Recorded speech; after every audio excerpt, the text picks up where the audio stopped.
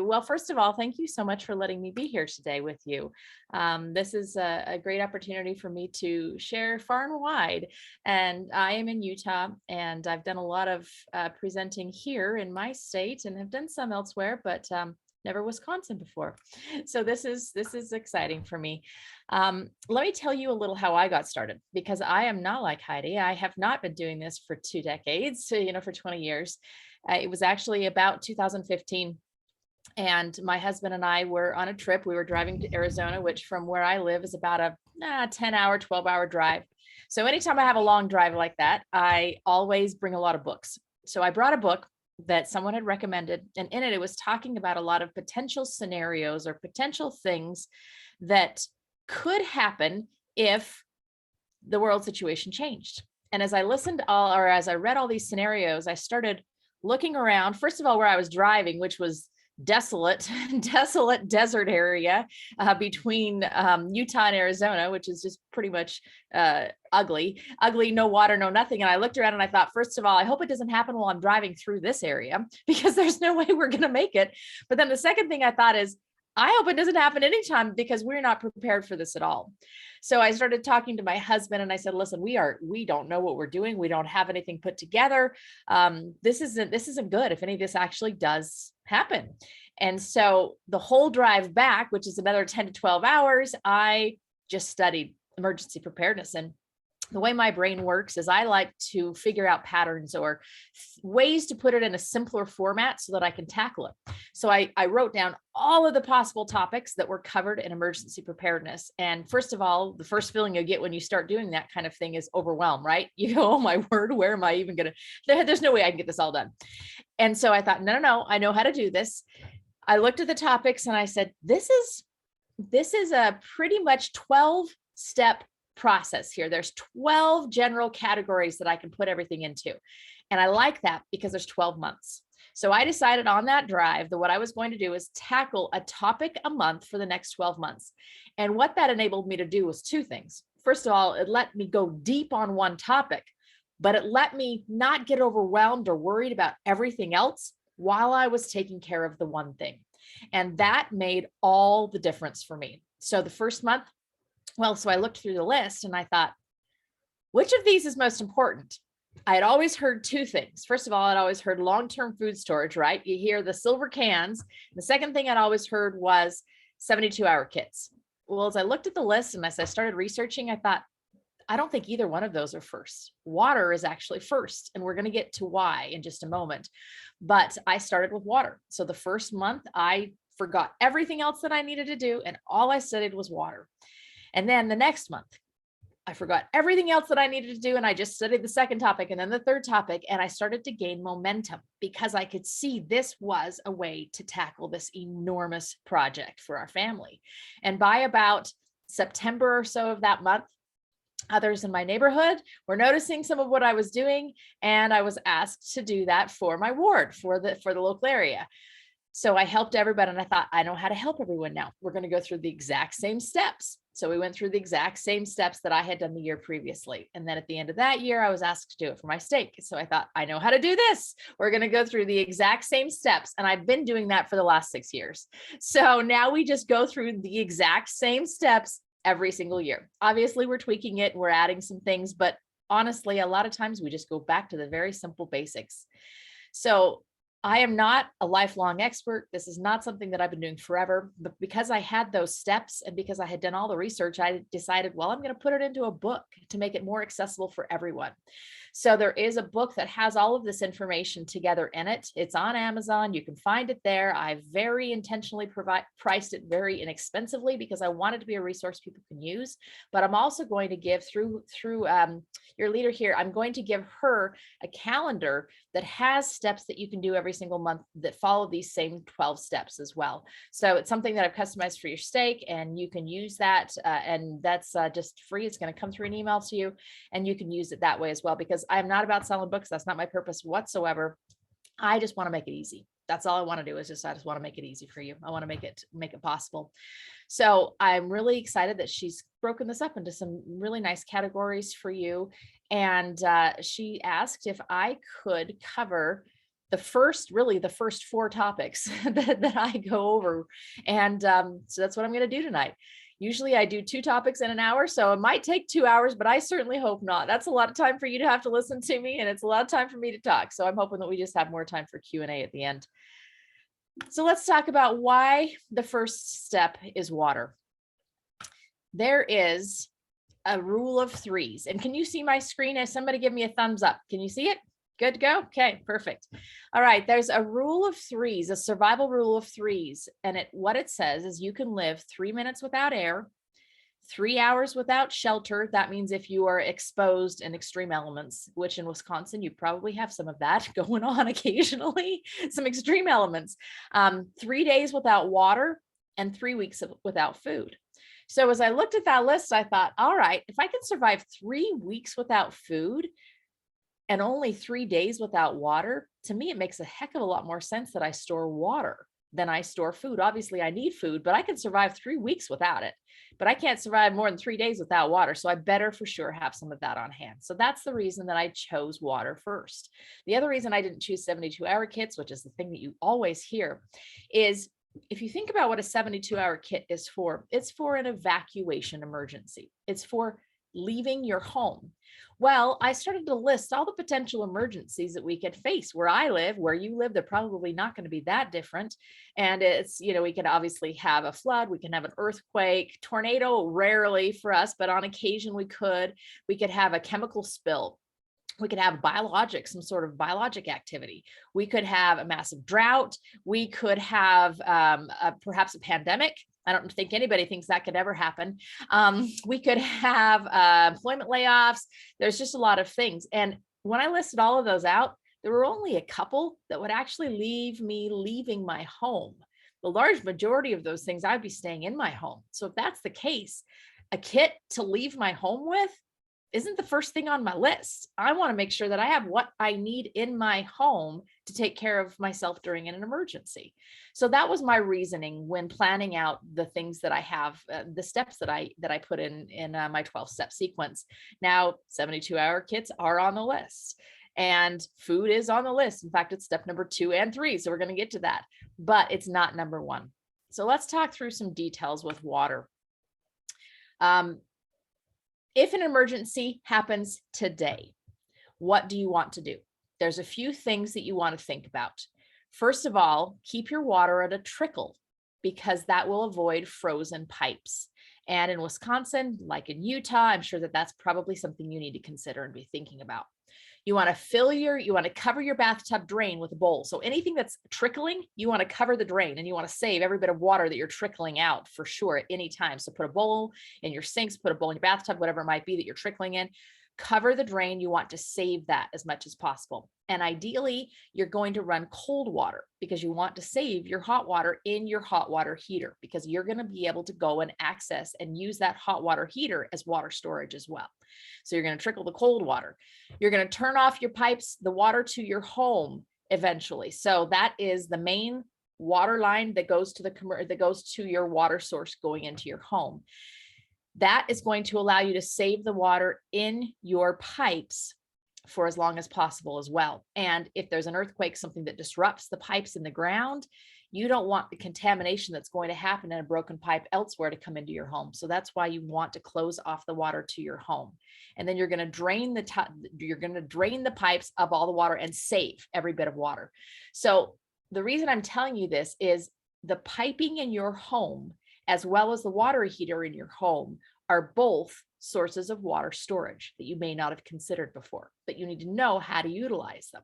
The best way to drain those pipes is if you have a multi-level home, you're going to put something to collect all the water at a bottom drain. A bottom bathtub would probably be the easiest, and you're going to open the drain you're going to open the faucet at the top, and everything's going to come down. Basically, you're going to open the faucet at the bottom. Everything's going to drain from the top of your home all the way to the bottom of your home, and you're going to be able to collect it at the bottom. So that's a great source of water storage. Another source of water storage, commercial water bottles. What does that mean? You know what that means. You drink them all the time. They're little plastic water bottles. They are the best way, easiest, not the best, but they're the simplest way to store water. And I'm going to give you a challenge here in just a minute. Large water containers. You probably have seen those before. Those are the big blue bucket, the big blue barrels, the 50-gallon barrels. There's all sorts of sizes. There's lots of storage barrels. There's totes. You can keep them in, pop bottles, soda bottles, all sorts of things. You just need to think, how could I store water? Rainwater storage is another possibility as well. You can put a barrel at the end of a downspout in your home. So this is just to kind of get you thinking, how much do you want to store? It's recommended that you have at least 1.5 gallons per person per day. And typically I like you to start off with 2 weeks of storage. So you need to do your own math, 1.5 gallons per person a day times 14, because you want to be stored for 14 days. So if you have 10 people in your home, you need a lot of water. If you have one person in your home, you don't need as much water, but I just want you to think about that. So my challenge to start with is that I want you to get a case of water bottles, you know, the kind I'm talking about, Walmart, whatever it might be, a case of water bottles, and put a case under every person's bed in your home. Why do I challenge you to do that? It's easy. It's inexpensive, and it's out of the way, out of sight, and it's going to be able to be easily stored there. That is going to be enough water for about 3 days for that person.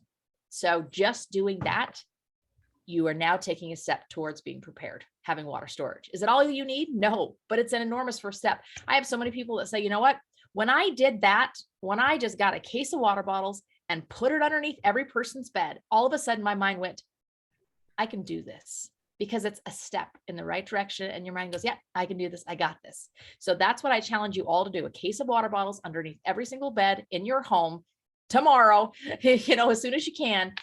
And your mind will kick in and go, I got this. All right, I can do the next step now. So that's what I want you to start thinking of, little baby steps that are going to get you on the road to where you want to go. All right, let's talk a little bit about found water. What does found water mean? Well, that's the water that might come off your roof. That's the water that maybe would be in a stream or in a low area that collects water in the middle of your road or whatever it might be. When you're using found water, you have to do 2 things to it. You have to filter it and you have to purify it. And why am I talking about this? I'm talking about this because you are going to store ways to filter and purify, because maybe you do have 10 people in your family. Then the number, when you start to do your math, then the amount of water that you would need to store is maybe not possible in your home. So that means you're going to need to be able to treat water wherever you find it if there were an emergency and you ran out of the stored water that you have. So you need to store ways to treat the water. So there's 2 things you have to do to water to be able to drink it safely. One is to filter it and one is to purify it. The difference is filtering is getting the chunks out. That's what I like to think of. Filtering is just getting the big stuff out. This will also include most bacteria and parasites like Giardia. Actually will get out with a filter. So you do need to filter water. So people will say, okay, I'm just going to use like an iodine tablet. That's a purification method. That's not a filtration method. And it will not kill things like Giardia because they have a very, very hard coating on the outside. And the chemical thing will not actually kill it. So you need to filter it out. You need to strain out the big stuff first. That's going to be Giardia and those things that you don't want. Then you're going to chemically treat it, which is going to kill contaminants like viruses. So to be able to take care of bacteria, parasites, and viruses, you have to do both filtration and purification. So what are some options for this? A really simple one is just a DIY filter. You can make this with coffee filters. It's basically going to be multiple layers of things. So if you haven't planned for this, you just think, I've got to filter some water here. Well, then you're going to add some charcoal, you're going to add some clay, you're going to add some gravel, you're going to add a couple layers of t-shirts, you're going to add some coffee filter, you're just going to get a few different things that water is going to filter through. Again, remember, filtration is taking out the big stuff. So this is a DIY version of things you can see. It's inside of a 5-gallon bucket. I'm not going to go through the details of this, but you just need to think, how can I filter water? There's all sorts of commercial filters you can buy. So what I've done is I've done a few things. I have some items like this, some coffee filters, some old t-shirts, some different things that I could use as a filter, but I also have a few different versions of commercial filters, the smaller ones that I could pack out with me, those kinds of things, or a bigger one like a Berkey water filter. A Berkey water filter is a larger filter that you can put a lot of water through. You don't have to have the fancy big ones. You can just make your own, but I want you to have prepared something. Then purifying. What do you do to purify the water? Well, boiling is actually a great way to purify it. It will kill viruses. Unfortunately, you have to have fuel if you're going to boil it. So if you've lost electricity, you've lost gas, and you are now relying on your stored fuel to cook your food, you may not want to use up all your fuel to boil your water. So some other things are iodine. Iodine changes the flavor of the water. It's not super tasty. Chlorine will do it. I'm going to tell you about something that I really recommend here to get with water purification in just one second. Actually, no, let's do it right now. It's right there. So it's called high test hypochlorite. The problem with chlorine and storing it is that it goes unstable quite quickly. It inactivates quite quickly. So if you have a bottle of chlorine that you're storing and you're hoping to be able to use that for purifying, after about 6 months, it's not going to be effective anymore. So what do you store to be able to purify if it's not Clorox or chlorine? You actually store what's called pool shock. So it's the thing that people use to put chlorine in their pools. And it's called high test hypochlorite.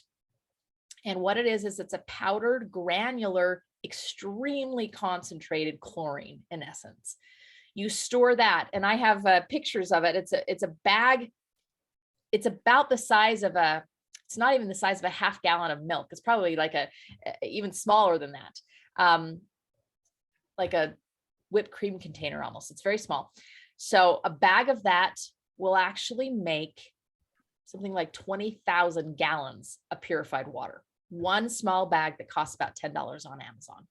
So you need to look for the high test hypochlorite. Use it in 2 steps. You first of all, and all of the details of this, unfortunately, are in the book, or you can look at it online. You can find it online, wherever, just look up how to use pool shock to purify your water, and you're going to find the information. You first make it into chlorine. So you use a little bit of this granular, really concentrated chlorine material, add it to water, and you make your own now Clorox solution. You then use that Clorox solution and put it into your big water. That's why you only need a tiny bit to purify a lot of water. So I just tell people, you know what? I don't even bother with anything else. All I have is this one small little bag of pool shock, and it's in my emergency storage for about $10.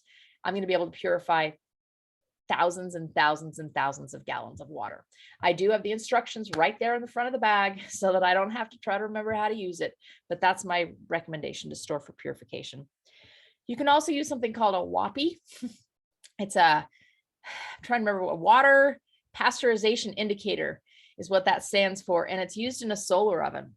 So when the water gets warm enough to be purified, this little tiny thing has some wax inside of it, and the wax will drop to the other side and say, this is now purified. So it's a way with just the sun's energy to purify.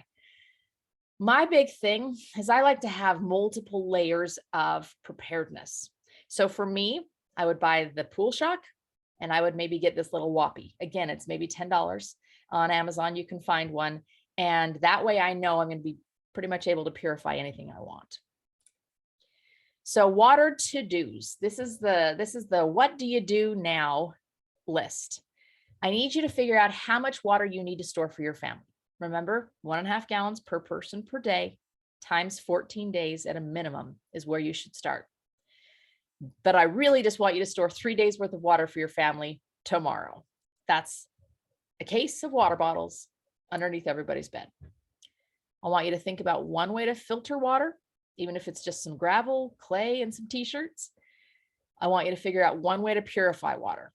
Highly recommend the pool shock. I want you to think about your home. Where do you have water currently? Remember, you all have water in your lines currently. You all have it there, and you have it in your water heater.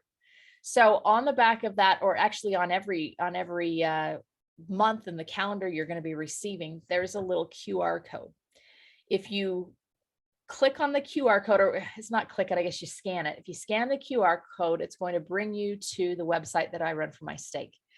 In there, it has a lot of this information, including how to harvest or how to get water out of your water heater. So there's a sheet you could just print out, and I have it taped to the side of my water heater. So if an emergency happens and I know, okay, I need to be able to get the water out of this water heater as well, I don't have to remember it. It's taped at the side of my water heater. So go on that website, find that information, and maybe you guys can all distribute some of this too, Heidi. Maybe you guys can share it amongst yourselves if you have these files, if you find them. That's another thing I really recommend for this water storage piece, is to tape that to the side of your water heater. So you don't have to remember during an emergency how to do it, or you can send a kid down there to do it, or whatever it might be. Anybody can go do it. And then that's actually the last thing on there, post instructions on your water heater. So that's the short and sweet on water storage. How do you, the things that you're going to start with so that you could be prepared to get through those 3 days. Remember, you can only last 3 days without water. So to get through those 3 days and more, if an emergency were to occur. So you've got water under your belt, doing okay, feeling all right about the water. Now you actually might want some food. And the food fills a couple of purposes. I mean, not only does it feed you, but it fuels you. It makes you happier. If you have food, you feel better. You're able to deal with stressful situations better, all of those things. So sure, I told you can live, 3 weeks without food, but you're not going to live very well. You're not going to have much energy. You're not going to be able to take care of the needs of the emergency going on around you. You're not going to be able to help other people. So food really is important. We're past we're going to die without water phase. Now we really need food to be able to push through and do what we need to during an emergency. So what is short-term food storage? Well, let's think first of all. The simple definition of an emergency is something you haven't planned for, right? And it involves some sort of immediate consequence or struggle. So an emergency means something's going bad. It's not great, situation's rough, and you've got to deal with it. In an emergency situation, the last thing you need to be doing day one is trying to figure out how to use wheat and dried beans. Am I right? That's the last thing you need to figure out, especially if you've never done it before.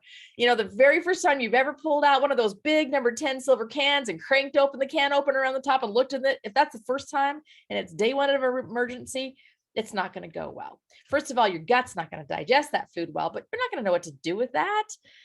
You're hungry, you're stressed, you need energy to get through the next little while. That's what short-term food storage is. It's the food you can use easily and with very little preparation in the short term. Up to 3 months, really, up to 3 months. Obviously, you're going to have cracked open that wheat and beans before 3 months time are up, but especially at the very beginning. So these are foods that are going to be canned goods. These are foods that you eat every single day. These are box items, the quick mixes. These are things that you can eat without even cooking them. So I'll often say things like, could you eat a can of refried beans without cooking it? Absolutely, you can. In fact, I always will remember there was a student in dental school with me, and he would sit at his desk every single day at lunch and would open a can of refried beans and just eat it out of it with a spoon. And we all gagged. We're like, this is so disgusting. I can't believe you're just eating that cold at your desk every single day. But I know it's now very edible. So, you need food like that. Refried beans, a can of chili, peanut butter, things like crackers, all those will go stale for not too long of a period of time. The things that you're going to keep in your pantry all the time. That's what short-term food storage is. Not only because it's quick and easy, but because you're used to eating it. Your gut's used to eating it. You know what to do with it. You know how to prepare it. The preparation's simple. So how do you get 3 months worth of this kind of food? How do you do that? Well, there's probably ways you've already done before in your life, using coupons, warehouse stores, sales, case lots. International markets is something you might not have thought of. I shop a ton at international markets, and I'm always shocked at how inexpensive their canned goods are compared to what I'm buying them at my traditional grocery store.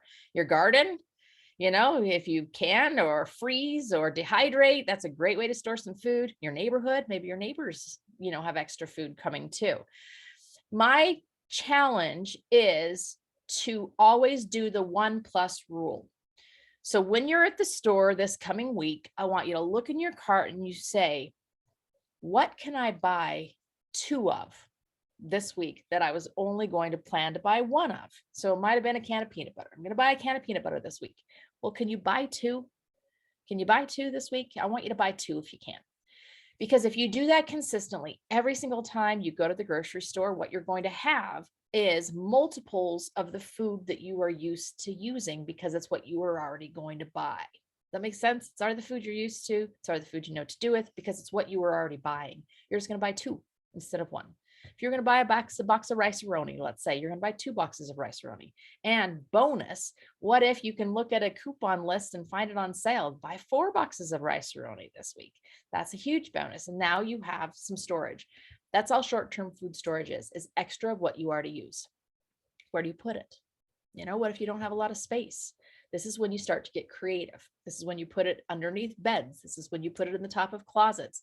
There's a quote, and I didn't look it up because I didn't know I was going to say it, but I'm remembering it right now. There's a quote from one of the general authorities a couple decades ago that said, if you knew what was coming, you would pile up boxes of food in your living room, cover it with a tablecloth, and use it as your coffee table. That's how important it is. So think, where in your home could I put a box, cover it with a tablecloth, and use it as something else? That's how important food is to have on hand.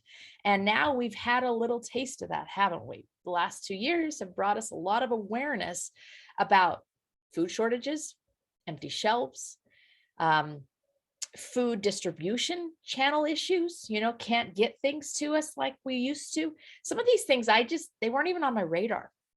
I never thought, well, what if trucks can't ship it to the store? I thought about, well, if people just go buy it all, you think about that, but what if there's none to buy? You just don't think about these things. So I want you to buy 1 more. That's the rule for the second month. I want you to buy 1 more. Start that now. Storage tips. All right, there's a few things that are going to ensure that the food you're storing is actually going to last longer. So the first thing is, it needs to be stored in a cool and dry area. Ideally, that's ideal. If you don't have a place that's cool and dry, then so be it. That's what you have. But cool and dry is going to keep food longer. Double bagged to keep out oxygen if possible. So if it's some sort of a cereal or a cracker or something like that, if you can put it in a second Ziploc bag and seal it, you're going to be able to preserve that food longer. Glass, if possible. Glass actually keeps things out even better. If you're going to store oil, it needs to be stored in small containers, because oil will go rancid quite quickly. The one thing when COVID really hit in 2020, the thing that we couldn't find in the stores that I hadn't stored was butter and olive oil. I just hadn't thought about it, and we couldn't find it anywhere. And so we now have extra butter and olive oil on hand. The olive oil, you have to think about, though, it needs to be stored dark and cool. So no light. Oils actually will go rancid with light. So you don't want a lot of light on any of these foods. If you're going to be storing flour, it needs to be stored in a cool area. But I'm going to give you a little caveat right now. And people often will laugh when I'm teaching these classes, because I'm very real. And, what's going to happen to flour if it's hot or if it's warmer? Every bit of flour that we store actually has insect eggs in it. It's just part of it. Nobody likes to think about it, but it's the truth. So it always has insect eggs in it. So when you say, oh, my flour got weevil in it, well, where did the weevil come from? They didn't crawl in your window and crawl into your container and crawl into the flour. No, they were in the flour. That's where they were. The eggs were in the flour. And when it got enough oxygen and it got enough warmth, those eggs hatched and they became these little bugs in your flour. So they're already there. So I joke and say, you know what? Weevil really doesn't bother me. I don't want to eat it. But if it's in my flour, I'm just going to scoop them out and I'm going to throw them away and I'm going to eat the rest of the flour. So an emergency is honestly not the time to be super particular. I do not want you eating spoiled food or food that's going to make you sick. So rancid oil and spoiled canned goods are going to make you sick, but a few little bugs in flour are not. You throw the bugs away and you eat the flour. So these are just kind of some things, that Emergency times are different from regular times. If you can't keep all your flour in a fridge, it's okay. It's okay. You might have a few bugs in it. It's all right. Just throw them away. Throw them away and eat the flour. It'll be just fine. Acidic foods, this is actually pretty important to know. If they're acidic, which is a tomato, pineapple, mandarin orange, I mean, you can think of the acidic foods. Those, you need to use those cans in 1.5 years, because meaning you need to rotate the cans and have used them up within a year and a half. The reason is that acidic medium, or the acid in the tomato and the pineapple, whatever it might be, actually starts to corrode the inside of the can that it's in. So that's going to be a problem inside of the cans. Non-acidic foods can actually store longer. They're used by dates. I will tell you this too. Again, I'm not going to try to poison anybody. That's not my intent, but used by dates are actually typically a suggestion, and they're usually for the grocery store, not necessarily for the consumer. So it's a guide for when the grocery store needs to have them off their shelves by. So the use by guides are usually able to go longer than what they say on the little stamp thing. The way you know for sure on a can is bulging. Never use a can that's bulging. But a good rule of thumb is 1.5 years for acidic foods and 2 to 5 years for non-acidic foods. So that's going to be a can of green beans, a can of black beans, something like that is going to be fine to store for even up to 5 years. These are short-term foods. These are the foods that you open up and you eat it out of the can, or you could cook it very quickly, prepare it very quickly in an emergency. You can have something, to your stomach within 5 minutes of time. That's what you need during an emergency. So to-dos for short-term food storage. Like I said, I want you to start purchasing something extra every time you go to the store. I just want you to look in your cart and say, what can I buy 2 of that I was going to buy 1 of today that would store on my shelf for a little while? Buy some foods in bulk and watch for case lot sales. I don't know if you have case lots where you are. We have case lots. They're fabulous. That it usually comes around maybe once or twice a year where you can buy a whole case of cans. I would think you probably have them too. You can buy a whole case of cans for a lot less money. So watch for when these things come up. Make sure to include some high energy foods. So those are meats, fats in your storage. So that is cans of tuna, cans of chicken, chili, peanut butter. Those are all things to store in addition to, often the things that we store, we think of are rice, beans, wheat.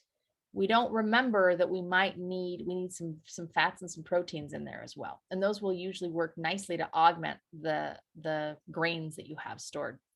Remember condiments and spices. So it's important to have things that make things taste decent. It makes you happier if the food actually tastes a little bit better.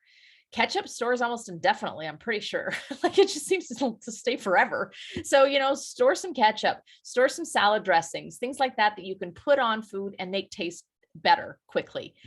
And also some treats. So in my home, because I'm a dentist, I don't like a lot of candy, but my kids always feel so picked on if they can't go trick-or-treating, whatever it is. So when we're done with trick-or-treating, I pay them for their candy and then I go and stick it in the food storage. So that's what we have for treats. We have bags of candy.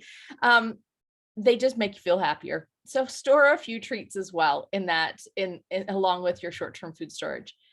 Then I want you to make a goal. So again, on the website, in the book, a couple different places, you're going to find a short-term food storage calculator where it's lists of things that you should have to be able to last 3 months. And you can put your numbers in there. If you have 2 people in your family, if you have 5 people in your family, you're going to be able to put your numbers in there and calculate how much of these things do you need. And that's a really nice guide to use. Do you do it all in a month? Do you get it all at one time? Probably not. But you can just start checking off the list as you go one by one through some things. All right. So if it's okay with you, I would like to do Q&A on these 2 sections, and then we will start the next 2 sections. But I just didn't want to have people have to wait clear to the very end of both sections to start doing a Q&A. So feel free to either unmute yourself and ask, or if you know how to raise your hand, where is the raise your hand? Or in the chat, feel free to type in a question there too. To raise your hand, if you go to more, then you'll see that there. I don't see. 3 little buttons. We don't have the more option. Okay. I do have a quick question. Is there a different device for well water? Do we have a well? We don't live in the city. It seems like we would just want to be able to access the well water. Yes. Do you use it all the time? That's the only water we have is the well water. That's great. Is it an electric pump? Yes. So that's going to be your hang up right there, is the electric pump. Because if you don't have electricity, your pump's not going to work. So do you have a backup? So I would research a backup for a hand pump for you, because that's going to be your downfall, is if you can't get that water out. A hand pump? Yep. And there are ways to do that. There are also options where you could put a solar charge on that electric pump. You just need, in fact, I'm pretty sure in the appendix of my book, I talk about how to do wells. I'm trying to remember, but it seems like, but you can look it up on YouTube. You can look it up anywhere. Yep. Cool. Because that's going to be your downfall, is if you can't get your water out of your well, if the electricity goes out. Yep. Thank you. Yep. I see some hands raised. Lee, I see.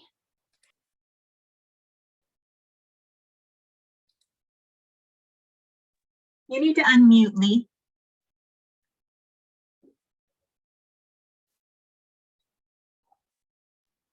Are you hearing me now?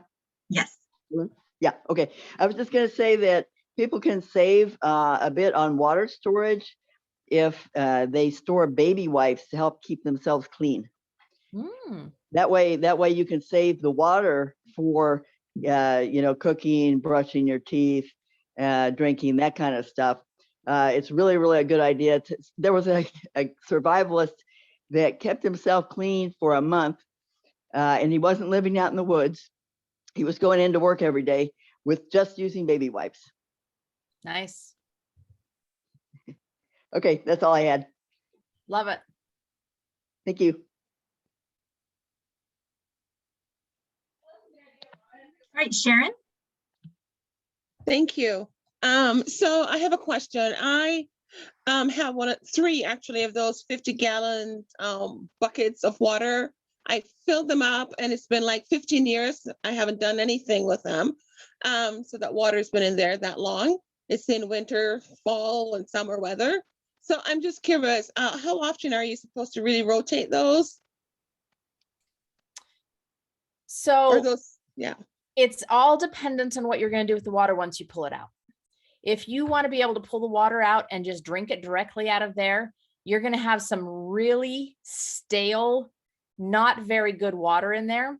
However, if you're going to pull that water out, run it through a filter, run it through a purifier, you can aerate it, you put it in a jug and swish it back and forth like this and get some oxygen in it. Basically, water's water. So if it's all you have and an emergency happens tomorrow, you're going to still use that water. You're going to still be able to use that water. However, ideally, you do rotate that water once a year. You haven't done it for 15. Well, you've saved yourself 14 times of having to do it. Thankfully, you've not had to use it in those 14 times. That's good, but you still will be able to use it. I would recommend, if you can this spring, rotate that water out, put more water in, but it's still water. It didn't like disappear or change into something else during those 15 years. It's still water and you're still going to be able to use it. It's just not going to be real palatable. Yeah, I think the reason why it's been like that for 15 years is I still don't know how to get the water out. Okay, you need what's the word? It's a long skinny thing. It goes inside of it. You can buy them. It's a pump. Yes, Tyler, does Tyler know the answer? Hand pump. There is a hand pump or a siphon. There's the word I needed. A siphon. Yep. So you can get a hand pump or a siphon. If you just even Google, a siphon for a 50-gallon water barrel, you're going to be able to see there's something called a bung wrench. It's a special little wrench that goes around the little circle thing that's on the top of those things, and you can twist that off, and then a siphon, which will get the water back out again. And really, you have to do that because they're so heavy. You can't really just dump one of those over or roll it where it needs to go. It's really, actually in the book, there's a whole explanation for how to dump and rotate the water in these as well, but you can find it online too. So look online, how do I rotate water in my 50-gallon water tank? And you'll be able to find the answer. Where'd the Zoom meeting go? All right, Ruth, do you have a question?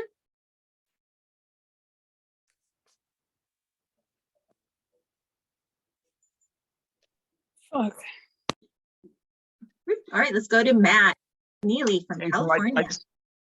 yeah, I wanted to share that I used to have to tip these big barrels over, and it was terrible. Then I just got a short hose, a water hose, maybe 6 to 8 feet long, and I would siphon it out. You'd suck it out until it started flowing, and then you could just tie or connect that smaller hose to your hose, and you could go water your yard anywhere. So it's just a Beautiful. double way to do that. Just a thought. Beautiful. Yep. Love it. Utilize the water. Don't waste it. Might not taste good to you, but it'd be tasting fine to your plants, most likely. Mhm. All right, Natalie.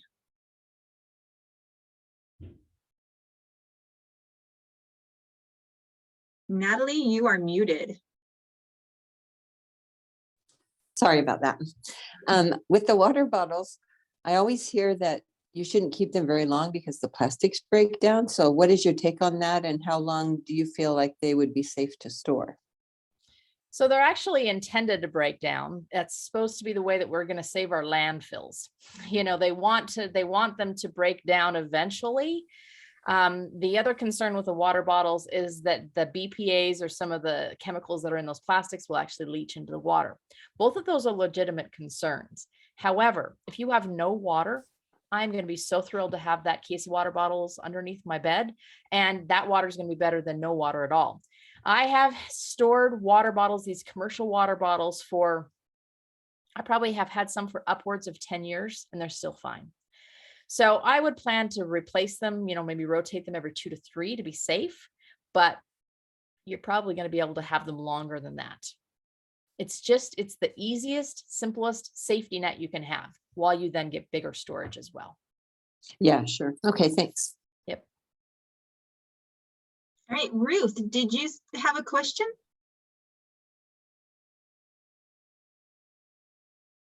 All right.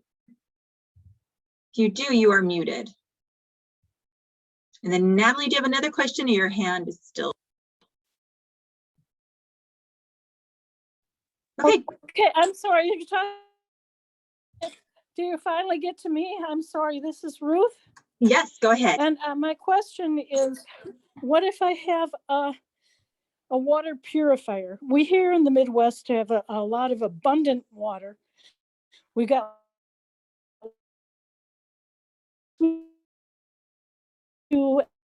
and pump water to our water purifier, puddles,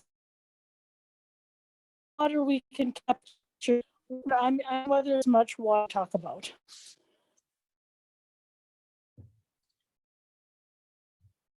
I only got about half of that, Ruth. Unfortunately, it was cutting in and out.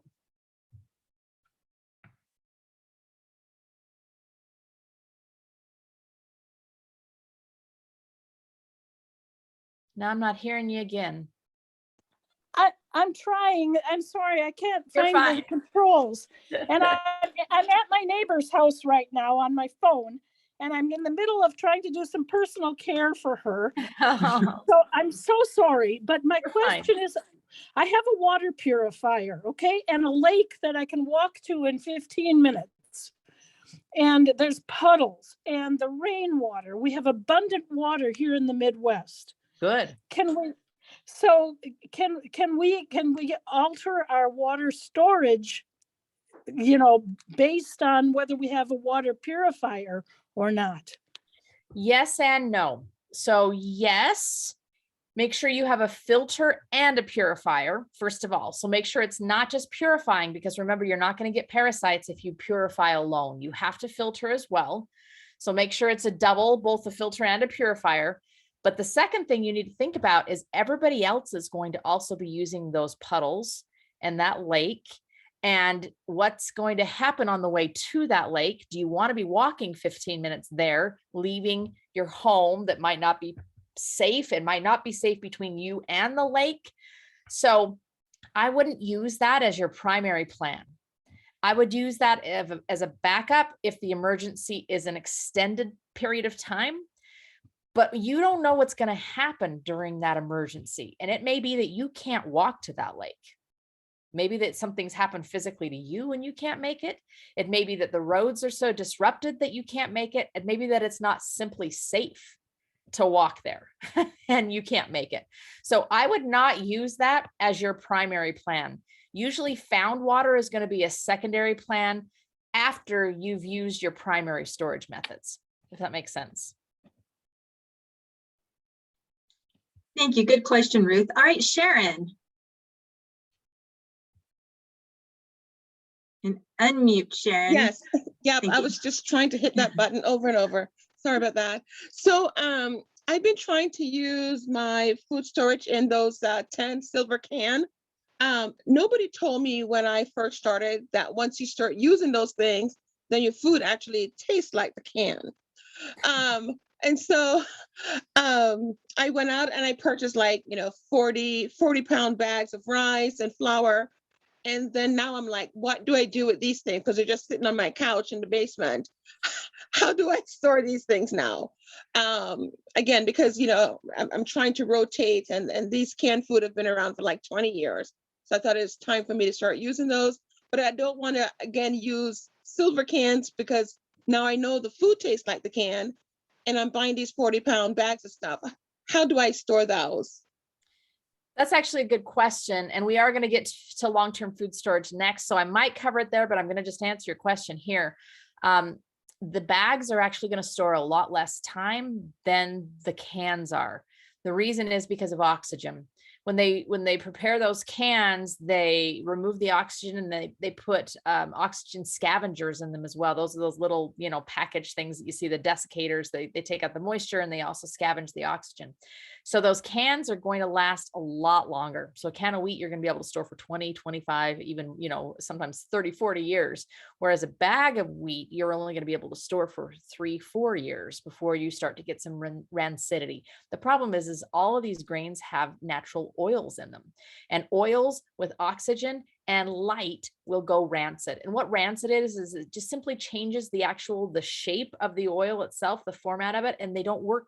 They aren't good for our cells. Our cells can't use them the same way. So you don't want rancid oils. And unfortunately, especially flour actually stores quite a short amount of time in a bag. So I've used a lot of cans, and the food does taste slightly like the metal, but not significantly. But what I would say is you probably need to use the food in the bags first because it's going to store a lot less time, whereas the food in the cans is still going to be good. And if it's an emergency and you have nothing else to eat, you're not going to mind that taste of the can as much. It's just because it's going to be food or no food. You'll probably eat it because it's food. But the problem with the bag is that they're not sealed out. The oxygen isn't sealed out. And once they've been turned into a flour, they've actually completely opened up that grain to the oxygen as well. So it's just, they're not going to store as long. Thankfully, they're in your basement. So hopefully that's going to be cooler. So that will help you. But the best way to do it is, you're not going to like the answer, is to put the bags into cans, but you don't like the can. So I would just use it out of the bag. I would use it out of the bag right now because it's going to store less time in the bag. All right, thank you. We have a question on the chat. Do Berkeley filters both filter and purify? And I also want to add to that, how about the straws that we see that you can just drink straight out of a puddle? Yes, so both do. They both filter and purify. Although I've seen, and I use a Berkey every day of my life, that's what I use actually just here in my kitchen. But I've seen some controversy on the purification aspect of a Berkey. I actually just saw some lab results that someone had tested water pre and post filtering through a Berkey, and they were quite shocked at how little it was purifying or how much was still there. So I think I probably would still treat it with the pool shock. After, if I was pulling water off my roof or out of a ditch or a puddle or a lake, I think I would still, after putting it through the Berkey, I think I'd still probably add the pool shock to it just to make sure the purification was okay. like the Life straws and the Sawyers, and there's a whole bunch of different ones that are the little individual portable ones. They do purify and filter. The challenge with those is it's difficult to get very high quantity out. So if you've ever used, you really probably ought to, if that's what you're going to depend on, you need to go practice and find, because what I've heard, I've actually never used the Life straw, but I've heard a lot of people tell me about them, that they're really hard actually to drink through. So it's because I have a kid who he's crazy, runs in the mountains all the time. So he's always, having to filter water because can't carry it all with him. He's like, Mom, I can't drink enough out of that. I can't get enough out to actually quench my thirst. So that's the problem with them, is sometimes you have to suck so hard to get it through the filter and the purification elements that it's really hard to get the water through. So I don't love the straws. There's actually one that you just kind of push it down through the filtration and the purifier. And that's one that we take on like camping and different things with us, because you can get more quantity. But I have one of those straws in all of my 72-hour kits, because I figure, well, it's going to be light. It's going to be easy to carry with us, and we're going to be able to get something out of it. It just shouldn't be your primary way that you're filtering or purifying. Would it be good to use a straw? I guess it'd still just be as hard thinking through the water bottles under our bed that have all the plastics in it, but it still would be just hard to suck even that clear water, not even muddy water. It's just going to be hard to get it through. It's just because you have to pull so hard. It has to have such a strong vacuum to get it through the filtration and the purification element. Yeah, makes sense. Yeah. All right, any other questions at this point? All right, on to long-term food storage. All righty.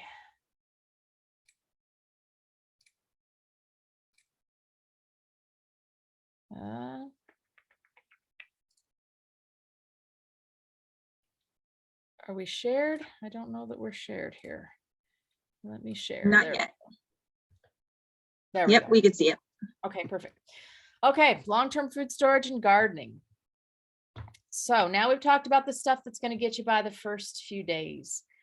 What if an emergency happens for over a long period of time? And I use the current world situation we're in, pandemic, because it's the first thing I've ever lived through. And I was actually I was listening to a virtual conference yesterday, and I could tell it had been recorded probably in the middle of 2020, because they were talking about how great it was that now they were going to use this virtual format. And, we were learning so much from this pandemic and all these kinds of things. And they said, and once this goes away, life will never be the same, 5-6 months from now. And I thought, that's what we thought. Life is still not the same 2 years from that date. We are still feeling the impact of it. So this has changed my thought process about what happens. How long does an emergency impact us? I just kind of always thought, okay, you have an earthquake and then you clean up from it. And then, the month after that, then everything's just back to normal again. Well, this is really taught me that's not the way these things work. This is like an impact for years. So not only do you need food for the next few days, the next month or so, and an emergency could be you lost your job, there's a severe recession or depression or whatever might happen economically. I mean, that could be it as well. Well, in that case, or any of these sort of physical disaster situations, we're going to need probably food for longer than we might think. So what do you store for that? And these are the things that you already know about, right? These are the foods that can be stored a long time, 3 years plus. Most long-term stored foods can be stored for 10 plus years and are still usable even if it's past their best by date. So that 20-year-old wheat that the sister was talking about, still going to be usable. It probably doesn't have as many nutrients as it did once it was originally packaged, but it's still going to be usable and still going to be better than zero food. Usually these foods are going to be grains and beans and sugar. Those are the long-term foods.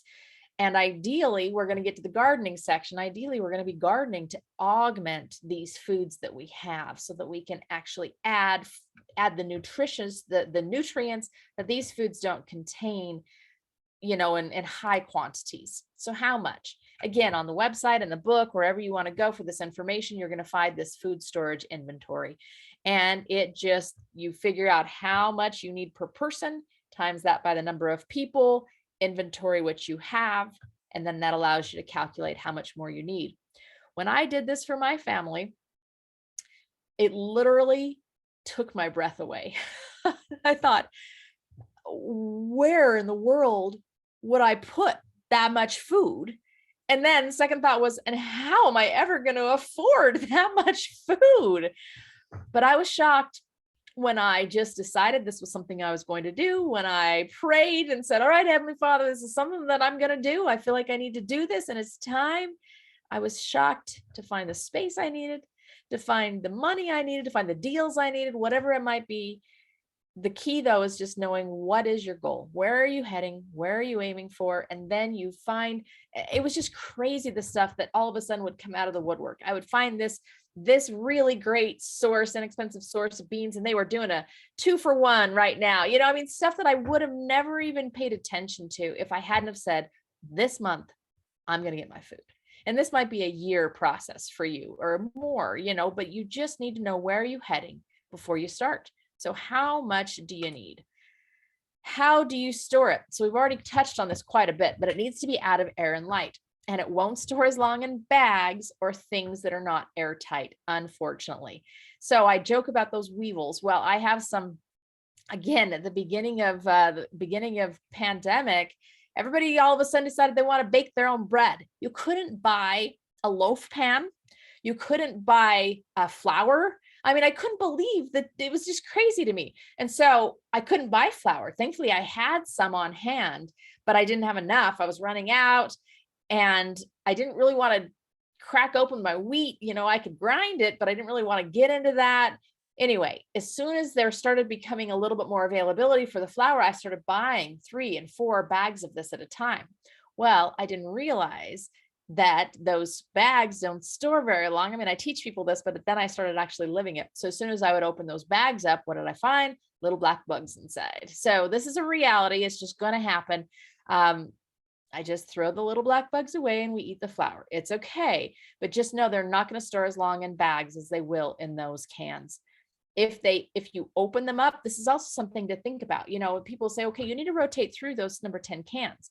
Well, it might be that a number 10 can of beans is going to last you for, I don't know, a year. How much are you going to eat them? And especially if you don't plan to eat them quite a bit right now. Well, you need to know as soon as that can is opened, the storage times are all of a sudden dropping. So you need to be intentional about, if I'm going to start using this, I'm going to use it, because otherwise this isn't going to last as long once I've opened it. You can repackage things and remove the air for longer storage, but it's difficult. Again, you can look online. There's ways you can use dry ice, which will help to remove that. You need oxygen absorbers. You can rent, I don't know if there's a possibility there or not. Here you can rent dry pack canning machines that you can use. I've not done any of those things. Pretty much, if I'm going to buy it in a bag, I'm going to plan to use it in the next year or so. If I'm going to buy it in a can, I'm going to plan to leave it alone and not touch it for the next 20 or so. So that's just kind of the way I look at it. If I want to rotate it and I want to start using it, and you need to, because you need to practice. You need to practice using these foods and utilizing them. But I'm going to use the ones in the bag because they're just not going to last very long. All right, this is something that's really interesting. And I'm going to just briefly touch on it, but I want you to understand it. This is where kind of my career and my storage come together. I have a lot of training in nutrition and the way the body works. And there's something in the brain called an apostat, and it works like a thermostat. So it's in the hypothalamus, which is a hormone controller in the brain. A thermostat, you know how a thermostat works because you have them in your home. So when it gets cold, the heater kicks on, keeps it up to where it should be. When it gets hot, the AC kicks on, keeps it up where it should be. Well, in our brains, we have this apostat that tells us we are hungry or not hungry, or full, hungry or full. And you'd think that it would kick on, you know, if it's hungry, that it would kick on when we just don't have food in our stomach, or vice versa. It'll kick off when we do have food in our stomach, but that's not the way the apostat works. It actually works for nutrients. So you can eat, you may have had this happen before, you can eat 3 bags of potato chips and still not feel full. It's because you're not, because your body's looking for nutrients, not just quantity of food. It's looking for nutrients to be able to switch it off and say, oh, you're done eating now, you're full. So this is a problem when it comes to some of these foods, because this is an interesting piece that we have forgotten in our generation. There's something on the outside of every piece of grain. So every seed, every piece of grain, which is going to be our beans, our wheat, our rice, although rice isn't quite as important because we don't store brown rice, we store white rice, but it's still going to be important. Beans, rice, wheat, for sure wheat, oats, if it's whole oats, barley, any of the grains, they're a seed, right? A little kernel of wheat is a seed. You take that kernel of wheat and you plant it in the ground, and that's what grows a wheat plant. If you guys are in the Midwest, you probably know a lot about growing grains there. So it will grow a wheat plant. Well, what makes it not grow a wheat plant in that can? There's something around the outside that's a sprouting inhibitor. So you can keep a kernel of wheat in a can for 50 years. They found wheat kernels in Egyptian tombs and have pulled them out, have planted them in the ground, and they've grown. How can that happen? Because there's this sprouting inhibitor around the outside of every piece of grain.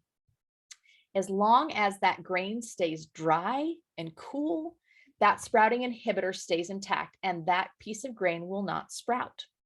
But as soon as it gets wet, right? This is what we do. We put it in the soil and we water it. As soon as it gets moist, that sprouting inhibitor washes off, and it releases all the nutrients inside of that seed that enabled the seed then to sprout. So why am I telling you all this stuff? The reason is, if you take that piece of wheat and grind it up without doing anything to it first, you're including that sprouting inhibitor inside of that ground up grain or that ground up flour that you're now using. Well, what it does is it keeps all the nutrients locked up. That's the purpose of the sprouting inhibitor, is to lock up the nutrients. So you are not going to get the nutrition out of that grain if you grind it without soaking it, sprouting it, or fermenting it. So I'll just briefly delve into what that means. But the food you eat, so you make a loaf of bread, you take the wheat out of the can, you put it through a wheat grinder, you make a loaf of bread. You're not going to get the nutrients in that loaf of bread that you would if you handled it differently. The other thing is everything you eat along with that loaf of bread, it's going to lock the nutrients up in those foods as well. So the entire meal you have now no longer has the nutrients that you should be getting out of the food. Well, if we are in an emergency situation, we're going to be living on lower rations, lower calories, lower everything. You can't risk not getting the nutrition out of the food that you have. You need to get every last thing out of it. So this is easy to handle properly. What you're going to do is soak the grains before you use them. You're going to sprout the grains, and often you can use those sprouts as an addition to food because they are, in fact, we're going to get to that in the gardening section. That's a phenomenal way to add nutrition to these emergency foods. Or fermenting. What does fermenting mean? That's sourdough bread. So every single loaf of bread that was made prior to about 1930 was made with a fermentation method. And this is how every loaf of bread prior to that time had been made, because it releases the nutrients in the grain. Now we've learned how to use rapid rise yeast, and we've skipped the fermentation process, and we actually have very few nutrients in these grains anymore when we're eating the products that are not been handled this way. So you need to know how to do this. You need to know how to soak, sprout, or ferment your food, your grains, if you're going to be using them for long-term food. So not only do you need to store the food, but you need to know what to do with it.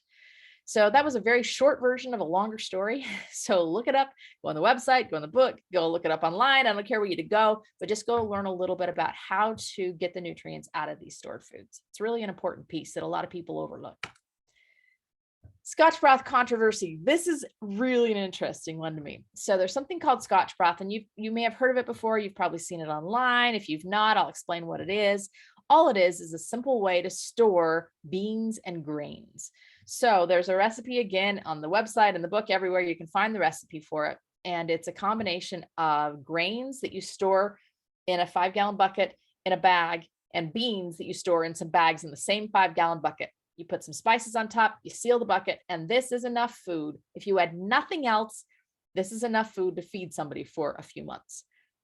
So I put it in the book, and I have had people tell me, I don't trust anything you say in that book now because you put that in that book. I thought, what are you talking about? He said, well, first of all, at the beginning of your chapter, you have all the right amounts for food storage. And then you tell people they can do Scotch broth. So then nothing else is right. I said, well, I don't agree with you. If you actually read what I wrote, you'll see that I said this food is not enough to survive on. But it is a way to start your food storage. That's what I'm all about. It's giving you baby steps. Remember, for water, a case of water under your bed. For short-term food storage, just add one to your shopping cart.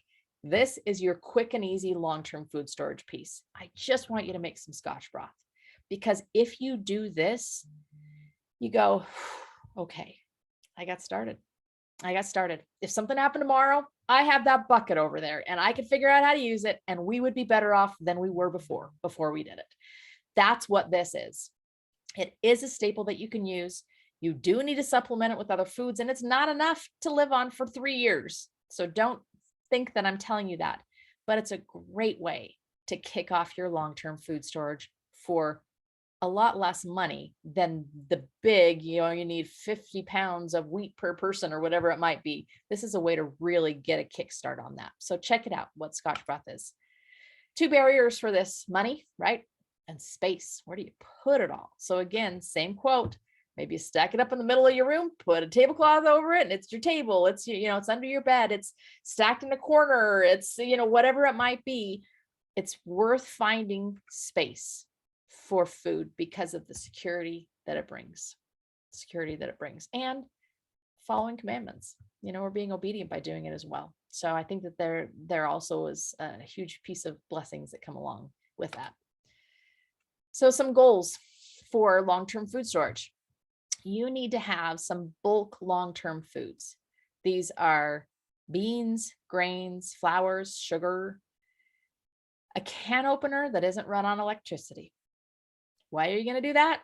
If all you have is a can opener that runs on electricity, it's going to be a really long haul to be, hammering and chiseling your way into every single one of the cans that you own.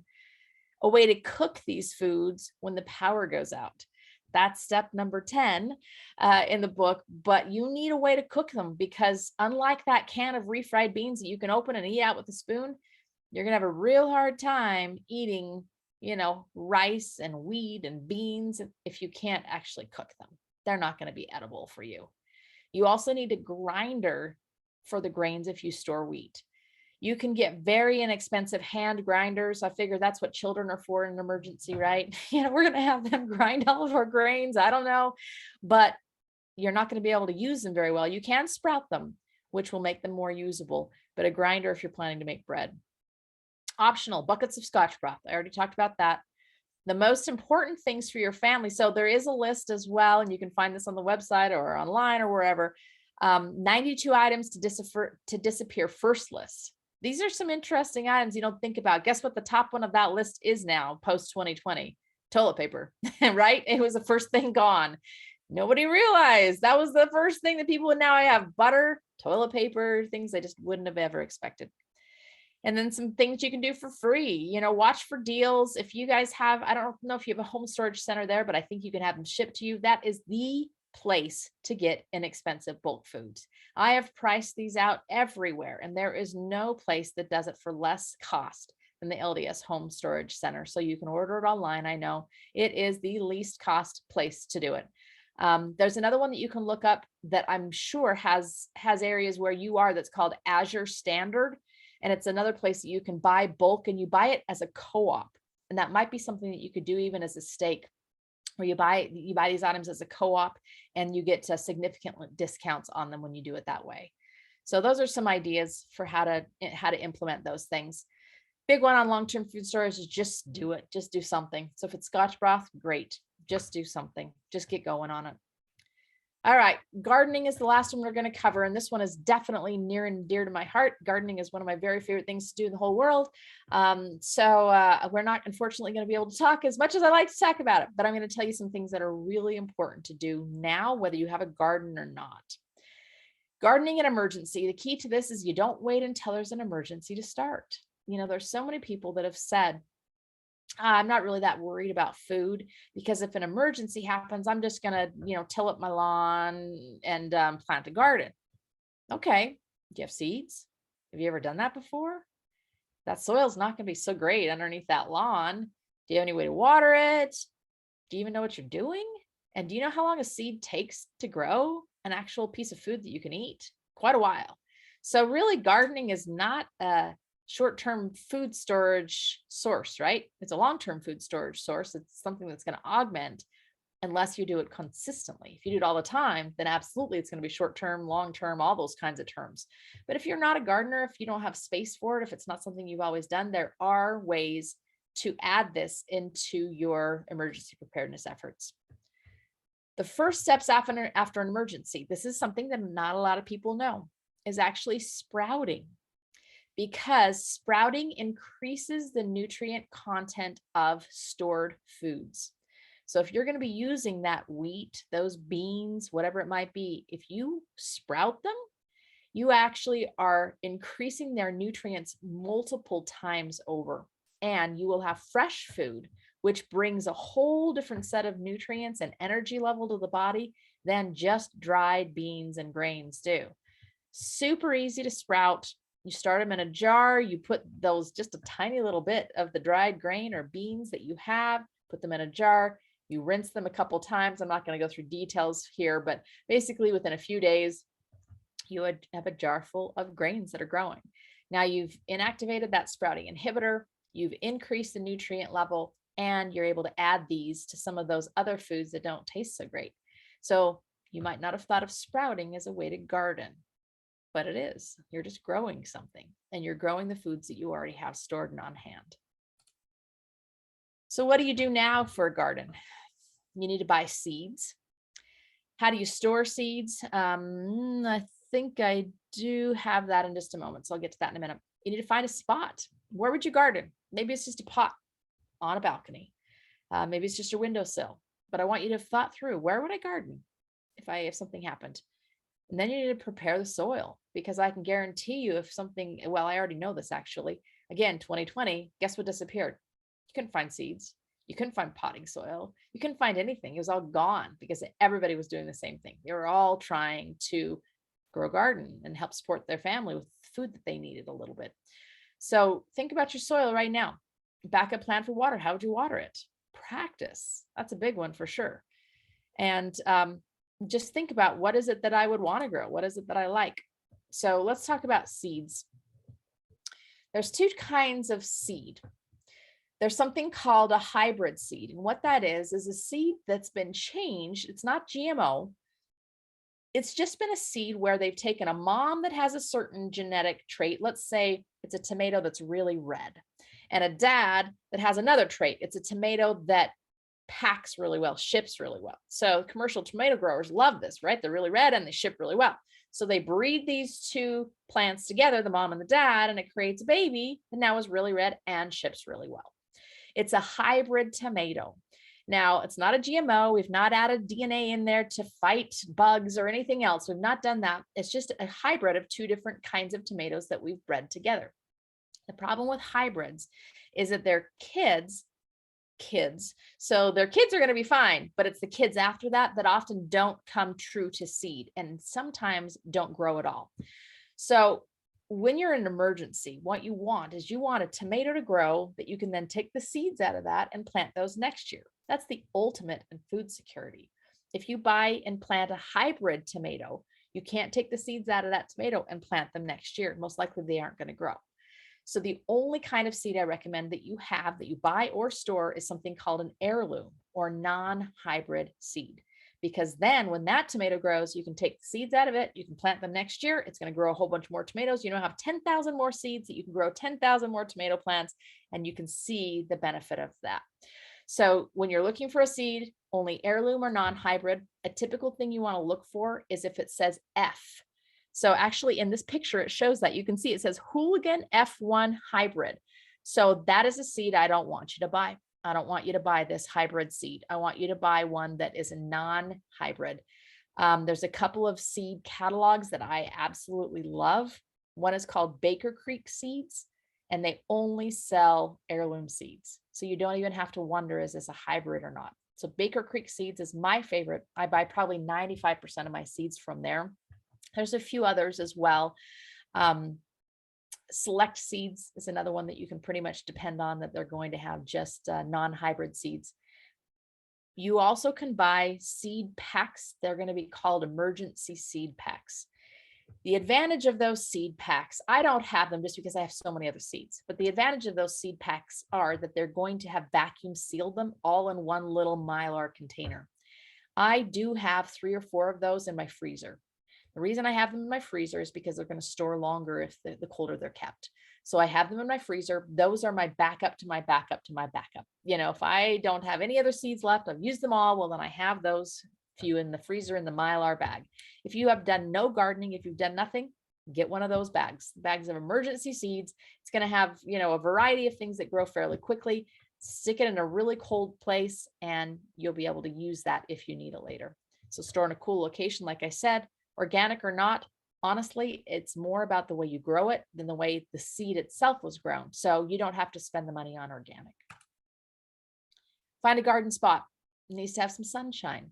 Most garden plants like 6 to 8 hours of sunshine a day. So where do you have at your home that you can find that much sun? Prepare the soil. You know, it's interesting. I have an enormous garden here, and people will always say, well, how do you keep the pests under control? I don't do anything actually, because my plants are healthy. So for me, it's compost. It's just adding nutrients to the soil. Where you are, you may have ready-made access to things like manure, compost, leaves. Leaves are great things to add to the soil in the fall. All of the things that you're trimming off of your yard in the spring, those are great to add to compost. All those things are going to help your soil be more fertile, and you're going to be able to grow better. So just think about it. Think about it ahead of time. Backup plan for water. Hand watering is obviously going to be the simplest for anything. Rain collection systems, a well. We already found out somebody here has a well. If you put a lot of mulch down, so that's, you know, just the bark or wood chips or whatever you might have, straw on hand, that will actually help hold the moisture in the soil as well. So just think about that, and then practice. There's a lot of information in the book. I believe there's a ton of information on the website too about this, about when to plant, how to control pests. Just have some information on hand, whether you garden now or whether you never have. A little bit of information goes a long way when you need it. Growing year round. So here's just one other thing that I want to kind of tickle your fancy with a bit about, because it really does add to your food security situation. It's interesting because you think about what happened after the Industrial Revolution. So 1800s in Paris, in London, in some of these cities that were huge. And all of a sudden everybody used to live on their own land outside of the city. They had their own little plot behind their home. Well, all of a sudden people moved to the city, and they were in apartments, they were in tenements, they were in places that didn't have the opportunity to grow food. So how did they keep all of those people fed? Think about it. They didn't have refrigeration. They didn't have trucking, refrigerated trucking. How did all those people stay fed in London and Paris during the 1800s? Well, they had enormous gardens outside of the cities.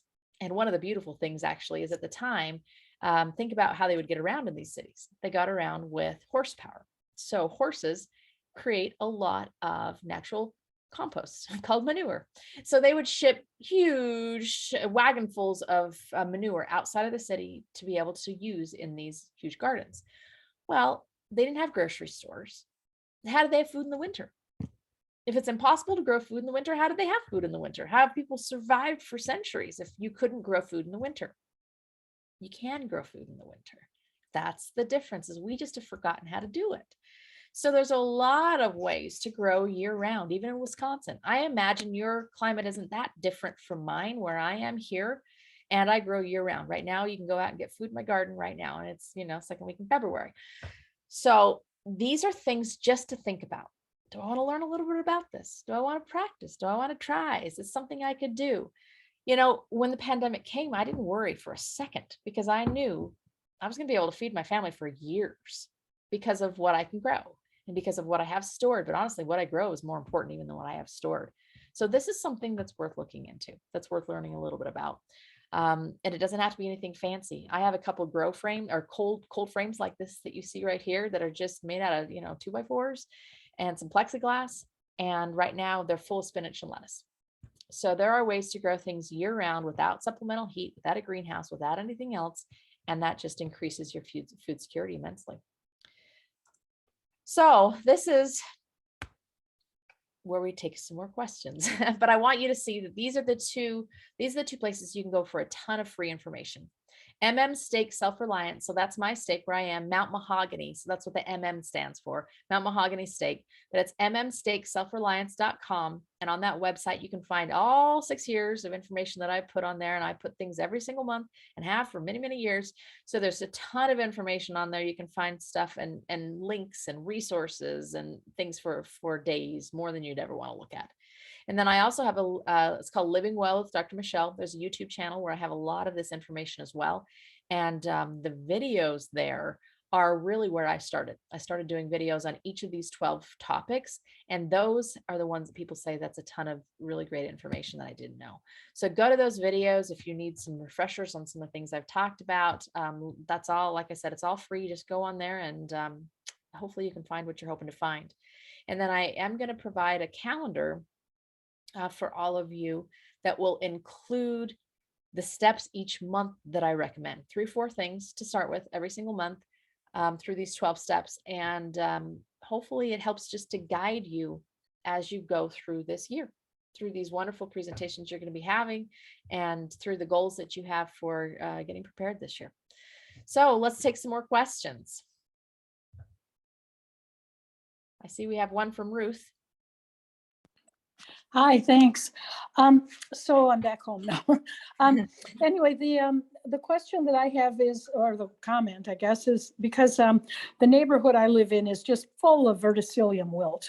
And so I can just forget growing anything like a squash or a cucumber or a tomato that will flower, it will set, and the fruit will never develop.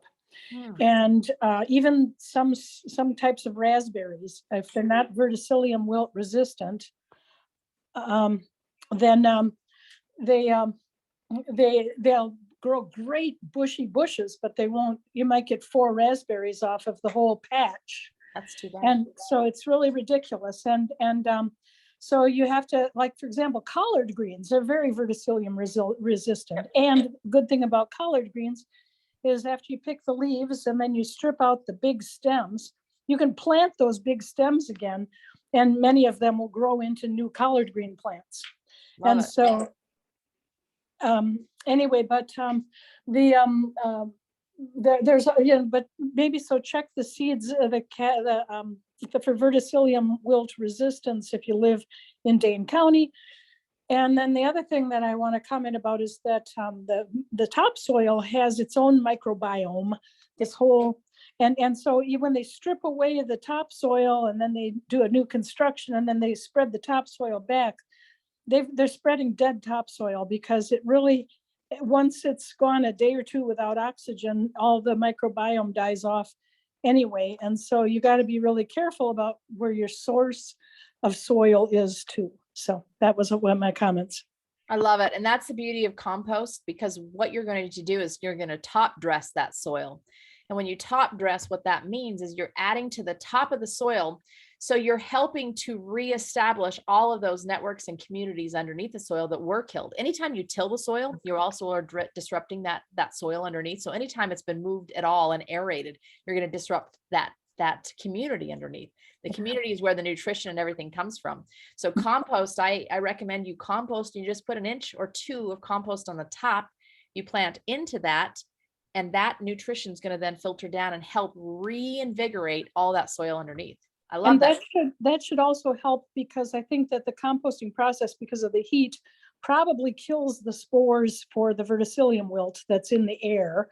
And then because the next year, then you start with fresh compost, and don't use last year's compost because it's going to be full of verticillium wilt again. If you just, if you're in an affected neighborhood. Yep, So- I love it. And the great news is there are a lot of, everybody always thinks when they garden, and I use the example of tomato because that's what everybody thinks of, but there's a heck of a lot of vegetables that are not a tomato or a squash or a cucumber. Like you said, collard greens are amazing. Not only do collard greens replant, but they actually stay alive in my garden. They are still growing in my garden, and they've grown all winter long.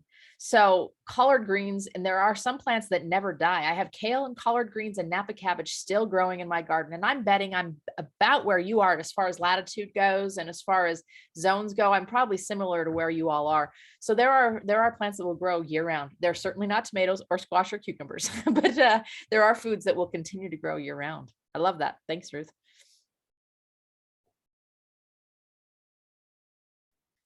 All right, Sharon, do you have a question? Yes, a question and a comment. Do you have anything on your YouTube about canning? That's a question. And then I have another one. Is this a bad idea? So, those 40-pound bags of flour and rice that I talked about, what if I put them in a 5-gallon airtight bucket and then put oxygen absorbers and then close that? Will that work? So yes, the I'm answer trying is to find ways to store food because those 10 gallons, they're so heavy, and takes up so much room. And I'm just trying to find different ways to do things. Yep, I love it. Yes, you can put those in 5-gallon buckets. You're going to need to look up online. There's a procedure that you use some dry ice to help vacuum seal those, because if they're not commercially vacuum sealed, you're not really going to get that same vacuum seal. You can also use a Mylar bag inside of those 5-gallon buckets, but for home use, yep, I would put them in those 5-gallon buckets, and then I would put the oxygen absorbers in there, and that is going to store better than a bag will. Yes, for sure. And then canning, I remember your other question. So on YouTube, yes, there is information about canning, but not in detail. There's a ton of information about canning on YouTube, however, that isn't mine. So I talk about why you should store food, how you should store food, different ways to store food. I talk a lot more about things that people don't often know or think about, like fermenting. But there's so many resources on canning. I do a ton of canning every single year. And it's one thing that I really recommend learning if you are growing, because that's a way that you can preserve your harvest for years to come. In fact, it was funny. I have a friend that I work with, and he doesn't do any of this kind of thing at all. And we were talking about something the other day, and I said, I'm going to take a picture of my storeroom for you. And so I took a picture of my storeroom with my shelves and shelves and shelves and shelves of canned food. And he said, that's like the Costco of wholesomeness there. I said, it is. And it makes me feel so secure to know that I have it. So learn how to do it, and it really does help. All right, Tyler. I guess my husband's phone is what we're using, but my name's Whitney Murdoch. We're wondering a couple things. Sorry, we kind of came in the lesson a little bit later, but so I'm not sure if this was already discussed because we didn't realize the time. But we were wondering, is there a good way to store dairy and meat products? We haven't talked about that, so I'm glad you brought it up. Dairy, there are a couple of ways to store dairy. You can dehydrate or freeze dry, and you can buy them dehydrated or freeze dried. So you can get butter that way. You can get milk that way. I mean, powdered milk, obviously. You can have powdered milk that will store. That's just a dehydrated milk product. That's really the only way to do that long term. Short term, you can ferment dairy products and make a kefir and yogurt and other things, but those are going to be very short term. So those really aren't food storage methods. They're just ways to take care of your dairy if you have some. Meaning if you have a cow or a goat or something on your property and you need a way to utilize those foods, that's a way to do it. But dehydrated, freeze dried are pretty much the ways you're going to go. So that with butter, you can actually find some dehydrated cheese if you would like to have that. You can find cream, you can find milk, all of those things dehydrated. Meat, long-term storage for meat is also going to be dried is the best way to go. So that's going to be, your jerky products or canned. In fact, I actually home can a ton of meat. This is one of my favorite things to can. So I will find meat on discount. There's a place actually here that will get some of that meat. and I will can it in just quart jars. And it's one of my very favorite things to have because it's so easy to utilize. I open it up and that's a meal. Like I need to do nothing to it. It's cooked in there. It's all ready to go. The broth's all surrounding it. Very simple. So easy to can meats. You have to have a pressure canner though, to be able to can meat. You can't do that in a water bath or boiling steam canner. You have to use a pressure canner. The other way for meat is a dried form. So that's going to be like a beef jerky, something like that, or just buying your own cans, buy cans of chicken, buy cans of tuna. You can do salting. That's going to get into a little bit more complicated stuff, but you can actually cure. This is a good point though. I'm glad you brought this up. One of the things that I recommend storing is salt, a lot of salt. So I recommend going to someplace like Costco and buying a 50-pound bag of salt per family member. And you might think, why in the world would I need that much salt? Well, it is for seasoning. It is for flavoring your food, but salt actually is an incredible preservation. The thing that preserves food is preservant. So you can put a salt on vegetables and make a fermented vegetable. I have my green beans, fresh green beans from my garden last year that I fermented that are still in my fridge and still just as delicious as they were the day that I picked them like 6-8 months ago. So the salt is actually an incredible preserver. That's how people used to make pickles. That's the real pickle, is they would do it in a saltwater brine. Meat, you can cure meat for a year or more with salt. So I really recommend having salt on hand, not just for seasoning, but also for preserving as well. Good questions. Thank you so much. That was very informative. Good. Question on the chat from Debbie. You mentioned sprouting your grains before using. Do you dry out the sprouted grain and then grind to use it in bread? Just wondering how to do that. That is everybody's number one question, Debbie. Good job. So the way I use the grains is I grind them into the flour and then I add it to the sourdough starter, which is going to ferment the grain. And that's how I'm going to use that grain as a flour form.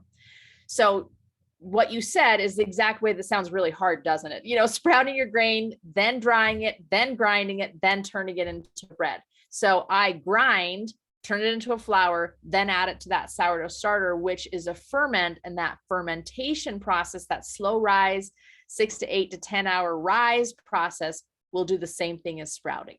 So you need to do one of the three: soak, sprout, or ferment when you're using the grains. Good question. I had that one too. Yep. All right, Lana. Okay, so my question is this. You talked about salt and getting a 50-pound bag of it. So is it just regular iodized, table salt, or should we go for like the pink Himalayan salts? Is there a preference? Excellent question, and I'll tell you why. All right, so we talked about iodine already as a chemical purifier. Unfortunately, what that means, so it's a good thing when you want it to kill bugs. Unfortunately, when we're doing things like fermenting foods, you want the bugs to survive. So if you use iodized salt in any of those applications, you're going to kill all the bugs and everything's going to die. So I do not want an iodized salt, because you actually want, when you're fermenting, when you're curing, when you're doing any of those kinds of things, you actually want the beneficial bacteria to do their business, and they can't do it if you have iodized salt. Iodine also discolors things. It causes a lot of problems. So you do not want iodized. Thank you for asking that. Very, very good question. Oh, okay, so do they have such a thing? I mean, do you go there and is there a bag of non-iodized salt? Or yep, there is. There is. You'll find it. Yep, you'll find it. Yep. Awesome. Thank you. Glad you asked that.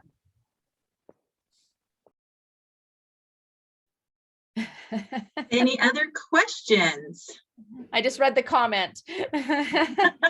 My head is spinning. Fermenting, sprouting. I hope something is in your book. Yes, it all is. And that's, that's why I said I do this a month at a time. So guess what I want you to do? I want you to forget everything I said, except for the first 20 minutes when we talked about water. Don't do anything else. Just take one step. And that's what you're going to focus on for a month. You're just going to deep dive into the water and do it right now. And you're going to forget everything else. Then you're going to do short-term food storage, whatever it is you want to do second. And that's all you're going to think about. And that's all you're going to learn about. That's all you're going to look at YouTube videos on, because if you start doing all of this at the same time, you're just going to spin and spin and spin and not get anywhere. So just take a step at a time. Pick the place that you want to start and just start there. I see one more hand. Sharon. Yes. Just going back to salt. So is it kosher salt that you would buy versus iodine salt, or? So I'm just curious. Kosher salt is actually the shape of the crystal. So typical granular salt is going to be the little teeny tiny grains, whereas kosher salt, actually they dry the salt in flakes. So kosher is the shape of the flake, not whether it has iodine or not. So you're just going to specifically look for iodized. You don't want it. So you might find kosher that's not iodized. You might find granular that's not iodized. I don't really care which shape it's in. You just don't want iodine. Yep, good question. Another question, do we have a Bishop storehouse? Well, we have one in Naperville, Illinois. Is that the closest one we have? Is that the only one, I think, in this whole area? Anybody know any more info on that? But you can order from the home storage center and they will ship it to you. I know that. Good. And also I know that each steak out here is a hand canner, and we used to use it in Appleton steak. I've heard it's lost here in our Madison steak. Does anybody here on this call know where our steak canner is? Nope. All right. So Naperville is the closest. Also, I had a question for you, Michelle. You talked about as your standard. Is that what it was called? As your standard? As your standard. Yep. So it's A-Z-U-R-E is how that's spelled. Azure. Like the color. Yep. Azure standard. And that's where we can order like 50 pounds, 100 pounds, buy in bulk. Yep. And that's the one that they do through co-ops. So the more of you that buy it together, the better you're going to get, like the better deals you're going to get through that. But then we'd really want the canner to be able to can it. Yeah. If you buy it in bags, at least you do. Yeah. Yeah. But they also come in 50-gallon buckets that are already sealed, vacuum sealed, you know, so there are things that they have there too. There are a few companies online that you can find that do sell in those cans. Okay. And on that point, if there's somebody here in this class that would like to step up and volunteer to head a co-op, that would be great. I don't have the bandwidth to do that, but if somebody would like to do that, I am all in for doing a co-op and ordering bulk. We did that in our old words. Yeah, somebody just put the Azure standard. It has drop points. Tyler, I'm glad you put that on there. It has drop points already. So there may already be somebody near you that's already running something like this. So look it up and see, because they already have places that are, they call them drop points. Basically, they don't ship to your individual home. They ship to a co-op location or just somebody's house that's like the one that says, yes, ship to me. And then everybody goes and picks it up there. Oh, it says Madison. So there is a place there.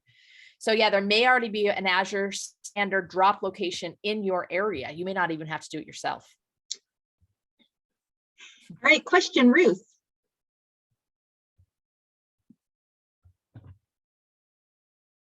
You are muted.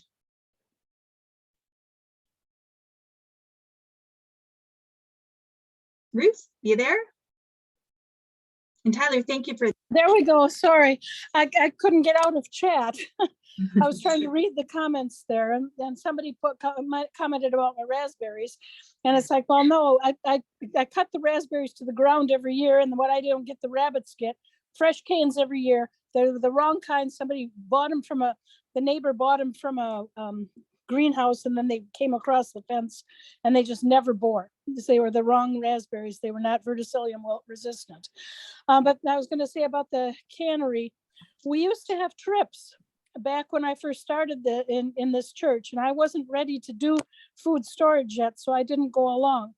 But the Relief Society used to organize trips to go and for us, encouraged us to bring whatever it is we wanted to can. So like if we didn't want to go through the disaster without Jelly Belly jelly beans, we should bring a bunch of those, and because we could can them into the number 10 cans. And we could put like pretty much anything you wanted to can. If you need your Snickers bars, you could can Snickers bars, you know, whatever it was you wanted to bring along or to caravan with, or to, you know, I don't really remember how these things happened, but there used to be trips, and I'm pretty sure Naperville or somewhere near Chicago is where the cannery is. Thank you. All right, and I just looked up the contacted and posted it, the contact person for the Azure, if you guys wanted to contact her. Perfect. Nice. Let's see. Soda bottles or ocean spray juice containers are good for water storage containers. Milk jugs will leak. Yep. Absolutely. Same reason milk jugs will disintegrate, the same reason that water bottles will. They're meant to do that so that our landfills don't get clogged with them. All right. Else in the chat. Any other questions? All right. Nothing new in the chat. Okay, except the time will not. All right, Sharon, did you have another question?